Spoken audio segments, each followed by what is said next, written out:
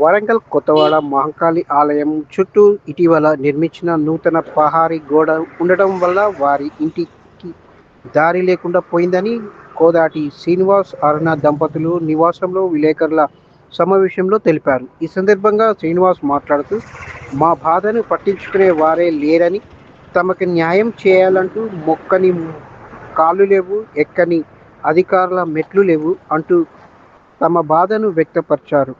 ఇప్పటికైనా అధికారులు న్యాయస్థానం ఇచ్చిన తీర్పును అమలు పరుస్తారని మీడియా ముందు ఆవేదన వ్యక్తం చేశారు. ఒక చిన్న వ్యాపారం చేసేటోడిని. నాది సైకిల్ షాపు. నాకు తాతల నాటి ఇల్లు ఇది. నాకు ఈ ఆధారం ఇది ఒకటే ఉన్నది. నాకు ఏ ఆధారం లేదు. నాకు మొదటి నుండి ఇల్లునే ఉన్నా, ఇల్లునే పెరిగాను. నాకు మొదటి జీవనాధారం.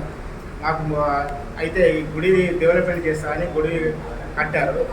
చుట్టూ కాంపౌండ్ కట్టారు. కట్టేసరికి నేను ఏం చేశానంటే మున్సిపాలిటీ కంప్లైంట్ ఇచ్చాను. కంప్లైంట్ ఇస్తే ఎవరు పట్టించుకోలేదు. ఆఖరికి నన్నపల్లి నరేంద్ర సార్ దగ్గర పోయాను. ఆయనకు కూడా లెటర్ ఇచ్చాను. ఆయన పట్టించుకోలేదు. అట్లే సారయ్య గారి దగ్గర పోయాను. సారయ్యతో కూడా మాట్లాడాను. అన్న, నా పరిస్థితి ఇది, నాకు ఆధారం లేదు, ఏదైనా ఉంటే నాకు తప్పుంటే నాకు క్షమించు అన్న అని ఆయనకు కాళ్ళు ఇలా మొక్కి బదిలాడాను.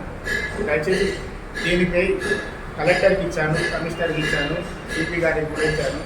ఎవరు కూడా నాకు స్పందన లభిస్తలేరు. నన్ను తప్పుడు ప్రచారం చేసి నేనేదో గుడిని కూలగొడుతుందని నన్ను ప్రచారం చేసి నన్ను బాగా అంగామంగం చేశారు నన్ను.